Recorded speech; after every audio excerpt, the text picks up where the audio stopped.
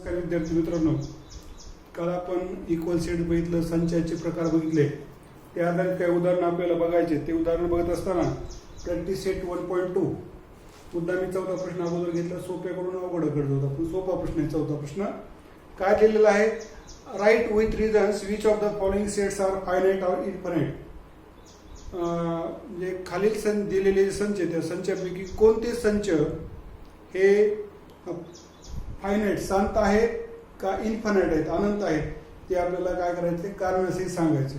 तुम्हाला फायनाइट आणि इन्फायनाइटची व्याख्या मी सांगितली होती. ज्या संचातील घटक आपण मोजू शकतो किंवा त्याला अंत आहे अशाला आपण शांत म्हणतो, आणि जे संचातील घटक आपण मोजू शकत नाहीत त्याला आपण काय म्हणतो, इन्फायनाइट किंवा अनंत संच. बघा पहिलं आहे, हे पहिलं थोडं एक दोन अवघड आहे. बघा आपण यामध्ये A is the set of all x such that A is the set of all x such that x is less than 10 and x is a natural number.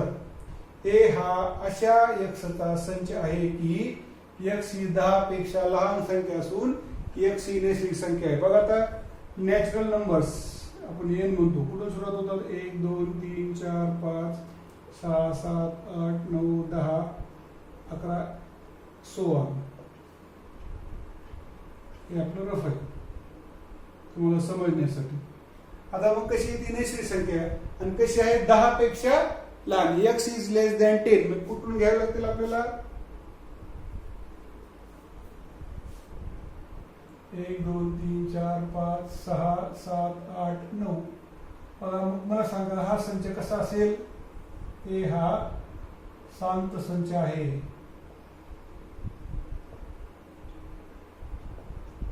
A is finite set. दूसरा, B is the set of all y such that y is less than -1 and y is an integer. B हा अशा y चा संच आहे की y हा ऋण 1 पेक्षा कसा आहे, लहान आहे, आणि y हा पूर्णांक. आता पूर्णांक इंटिजर्स आपल्याला माहिती आहे. ऋण 5 ऋण 4 ऋण 3 ऋण 2 ऋण 1 0 1 2 3 4 16. शून्य कसा धनही नाही आणि ऋणही नाही. शून्याच्या डाव्या हाताला ऋण पूर्णांक आणि शून्याच्या उजव्या हाताला धन पूर्णांक, पॉझिटिव्ह इंटिजर्स. आता काय दिले? y is less than -1. वजा 1 मोठा आहे. आता वजा 1 पेक्षा लहान असणारे कुठले कुठले असतील आपल्याला माहिती की संख्या रेषेवर उजवीकडची संख्या मोठी असते. आपल्याला कुठले घ्यावे लागतील? मग वजा 1 पेक्षा लहान असणारे, वजा 1 पेक्षा लहान असणारे कुठले कुठले येतील?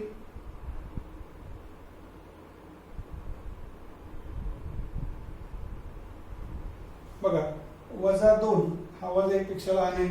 वजा 3 y ची किंमत मी घेतली. वजा 3 हा वजा 1 पेक्षा लहान आहे. वजा 4 हा वजा 1 पेक्षा लहान आहे. कारण आपण नंबर लाईनवर आपल्याला माहिती आहे की आपण अशा पद्धतीने लिहितो, उजवीकडची संख्या डावीकडच्या संख्येपेक्षा लहान असते. मग मला सांगा या ठिकाणी जशी यादी संपली तशी यादी संपायला की तर नाही. त्यामुळे काय लिहावं लागेल? बी हा अनंत संच आहे. बी हा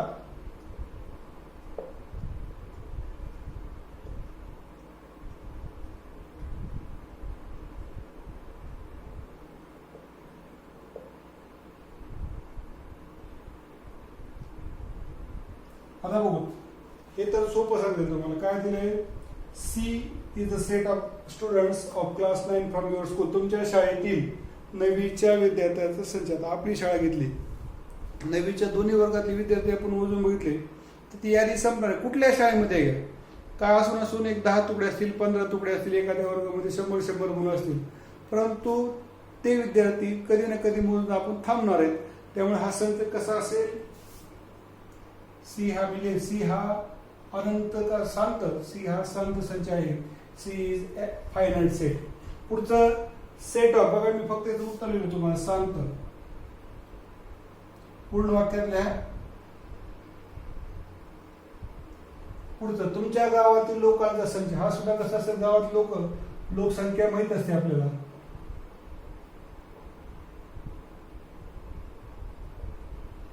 गावातल्या मुद्द्या, तालुक्यातला मुद्दा, जिल्ह्यातला मुद्दा, देशातला मुद्दा, लोकसंख्या आपल्याला माहिती आहे, त्यामुळे हा शांत संच असणार आहे.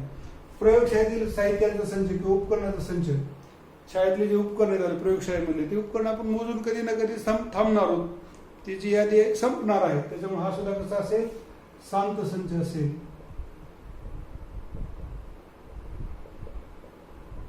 पुढचं सेट ऑफ होल नंबर्स. आता होल नंबर्स कुठून सुरू होतात, आपल्याला माहिती डब्ल्यू, 0 1 2 3 4,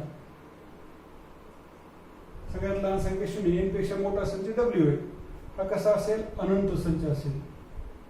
तुम्ही जर लिहिलं डब्ल्यू बरोबर 0 1 2 3, डब्ल्यू हा कसा झाला, अनंत संच.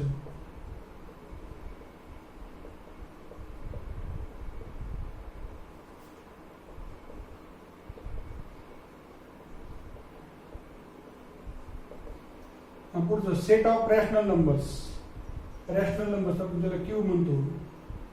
ज्या संख्या पी छेद क्यू स्वरूपामध्ये मांडता येतात, क्यू ची किंमत काय नसायला पाहिजे, 0 नसायला पाहिजे. ज्या संख्या आपण पी छेद क्यू स्वरूपामध्ये मांडतो, क्यू हा 0 नसायला पाहिजे. आणि पी आणि क्यू काय पाहिजे, इंटिजर्स पाहिजेत. पी आणि क्यू पाहिजे काय पाहिजेत, पूर्णांक. धन असू शकतील, ऋण असू शकतील किंवा 0 असू शकतील, फक्त छेद 0 असता कामा नये. मग अशा पद्धतीनं ह्या परिमेय संख्येमध्ये सर्व पूर्णांक येतात, सर्व अपूर्णांक येतात, त्यामुळे याची यादी कधी संपणार नाही. मग हा सुद्धा कसा असेल, अनंत संच असेल. हा सुद्धा कसा असेल,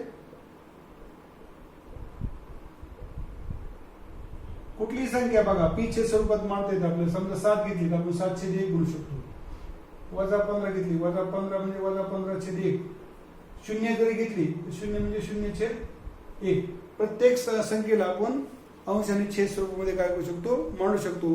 त्यामुळं सर्व संख्या हे आपल्या अशा स्वरूपात मांडल्यामुळं त्या कधीच संपणार नाही. त्यामुळं हा संच कसा असेल, अनंत संच असेल. हा झाला प्रश्न 4. आता प्रश्न 3 बघायचा आहे. Which of the following sets are empty sets and why. खालीलपैकी कोणते संच रिक्त संच आहेत, आणि रिक्त संच असतील, नल आपण एम्प्टी सेट म्हणतो, रिकामा संच, त्याचं कारण आपल्याला द्यायचे. मग कारण देत असताना कशा पद्धतीने कारण द्यायचं हे आपल्याला बघायचं.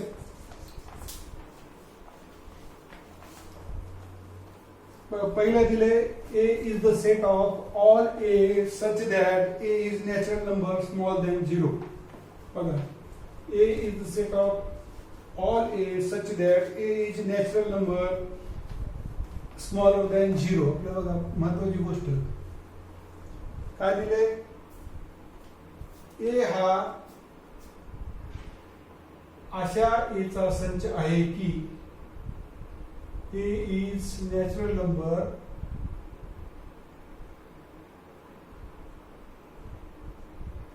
Smaller than 0.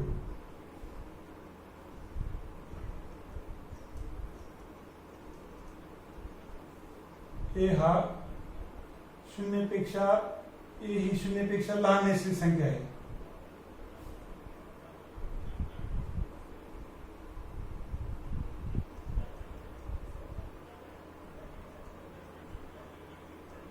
आता बघा, नैसर्गिक संख्या सुरुवात सुद्धा 0 1 पासून.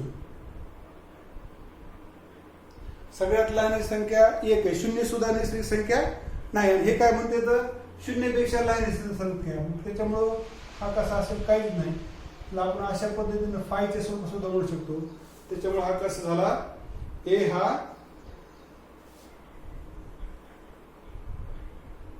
हा रिक्त संच आहे.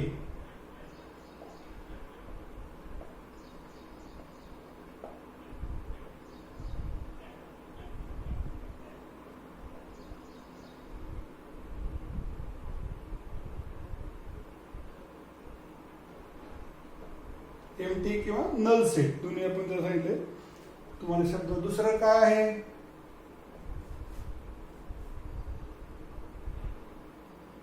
B is the set of all X such that X square is equal to 0. B हा अशा एक्सचा संच आहे की एक्स वर्गाची किंमत 0. कोणत्या संख्येचा वर्ग 0 असला पाहिजे, फक्त 0. शून्याचा वर्ग शून्य. आता बघा भरपूर जण ते सुद्धा तुम्हाला सांगितलं होतं की हा संच, आता काही काही जणांच्या मनामध्ये काय आहे की हा संच रिक्त संच आहे, परंतु घोळ असा होतो आपल्याकडून की मी काय झालं की संचातील घटकांची संख्या ही शून्य असायला पाहिजे, संचातला घटक शून्य नाही. यामध्ये आपण बघितलं की या संचामध्ये एकही घटक नाही. इथं एन ऑफ ए जर बघितलं आपण, एन ऑफ ए किती आहे? शून्य. एन ऑफ ए किती आहे? शून्य आहे. त्याच्यामुळे हा रिक्त संच आहे. पण या ठिकाणी N of B, N of B मध्ये एक घटक आहे. एन ऑफ बी मध्ये किती घटक आहे?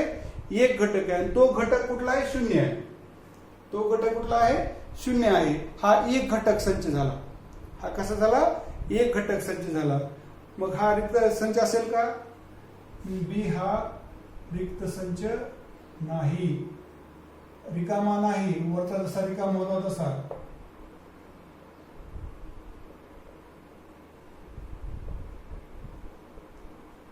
हे तुम्हाला फक्त समजण्यासाठी सांगितलं होतं. एन ऑफ बी परीक्षेत आपण असं लिहिलं तरी चालतं. हे मुद्दाम तुम्हाला समजण्यासाठी.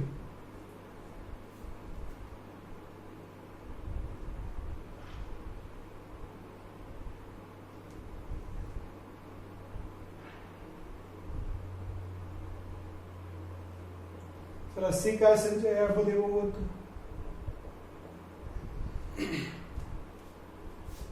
C is the set of all x such that 5x minus 2 is equal to 0, x belongs to n. अगोदर महत्वाची अट घातली, x belongs to n. x हा n चा घटक पाहिजे. मग काय काय दिलं आपण बघा. 5x वजा 2 बरोबर 0. 5x बरोबर वजा 2 ची बाजू बदलली अधिक 2. x बरोबर 2/5. 5 आणि x मध्ये गुणाकार चिन्ह आहे. डबल बघा. 5x वजा 2 बरोबर 0. वजा 2 ची बाजू बदलली अधिक 2. मग 5 आणि x मध्ये गुणाकार चिन्ह इकडे भाग करत. 5 1 5 0 5 24. x ची किंमत किती आली? 0.4. 0.4 n मध्ये येऊ शकते का?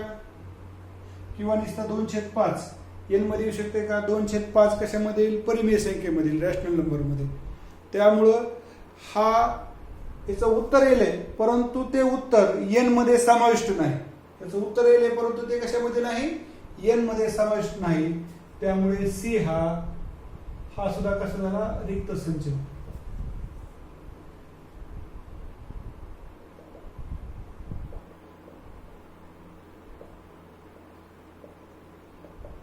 यामधील घटकांची संख्या किती आहे? शून्य आहे.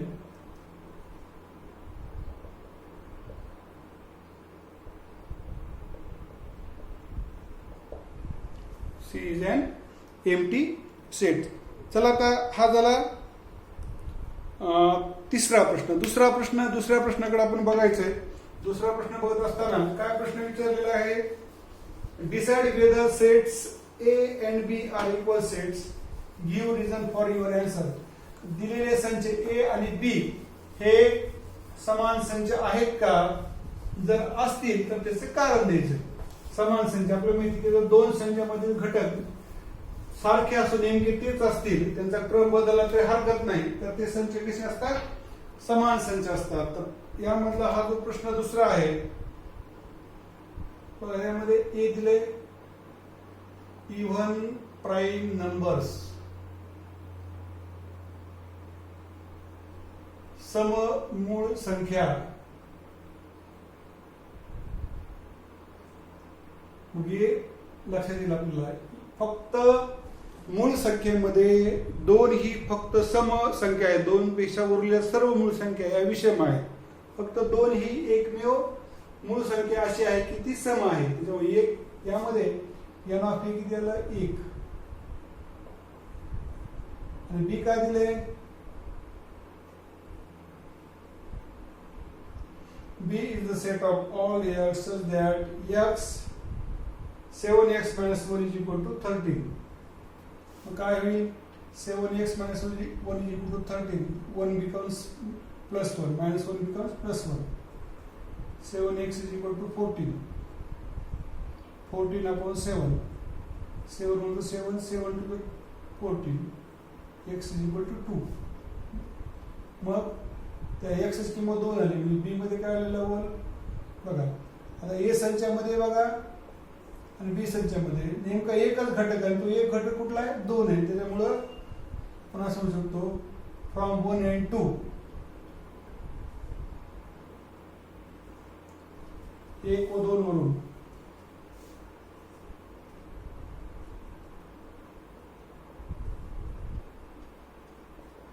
From 1 and 2 A is equal to B. आता प्रश्न पहिला काय आहे? Which of the following sets are equal sets and which are not? Justify your answer. बघा पहिला सूत्र दिला A संच दिला आहे. A is the set of all x such that 3x minus 1 is equal to 2. 3x minus 1 is equal to 2. 3x वजा 1 ची बाजू बदला अधिक 1. 3x बरोबर 2 अधिक 1 3. x बरोबर 3/3. x बरोबर 1. बघा हे आपल्याला ह्याचं कंपल्सरी नाही बरं का, फक्त तुम्हाला समजण्यासाठी दाखवेल आपण.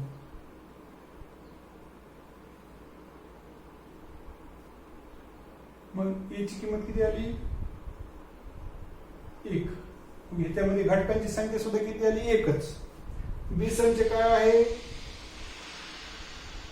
B is the set of all x such that x is a natural number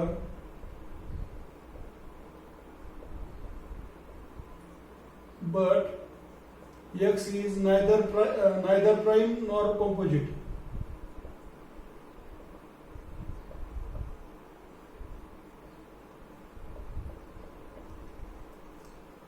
अशा x संच आहे की x ही नैसर्गिक संख्या असून मूळही नाही व संयुक्तही नाही.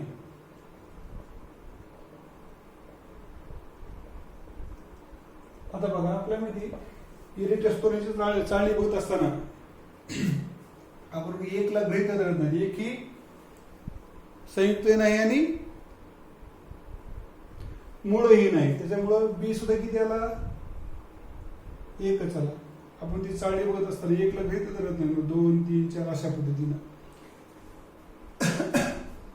त्यानंतर सी संच.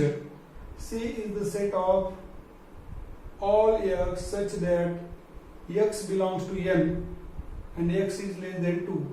आता नैसर्गिक संख्या कोण सुरू होतात? n 1 2 3 4 dash. मग पण कसं दिला? x is less than 2. मग काय येणार आहे? त्या ठिकाणी सुद्धा किती? 2 पेक्षा लहान संख्या फक्त एकच आहे. आपण याला 1 म्हणलं, याला 2 म्हणलं, याला 3 म्हणलं तर काय बघा? तिन्हीवरून तिन्ही संच कसे आले?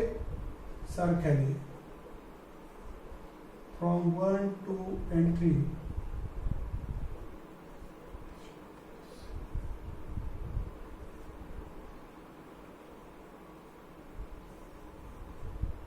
तर अशा पद्धतीनं हा प्रॅक्टिस सेट 1.2 आपण त्या ठिकाणी आज संपवलेला आहे. सुरुवात करताना 4था, 3रा, 2रा, 1ला असा घेतला. याच्यावरच्या अगोदरचे सोडलेली उदाहरणं आणि प्रश्नसंचमध्ये उदाहरणं तुम्हाला करायचे आहेत. उद्या नंतर पुढच्या तासामध्ये आपण नवीन शिकू.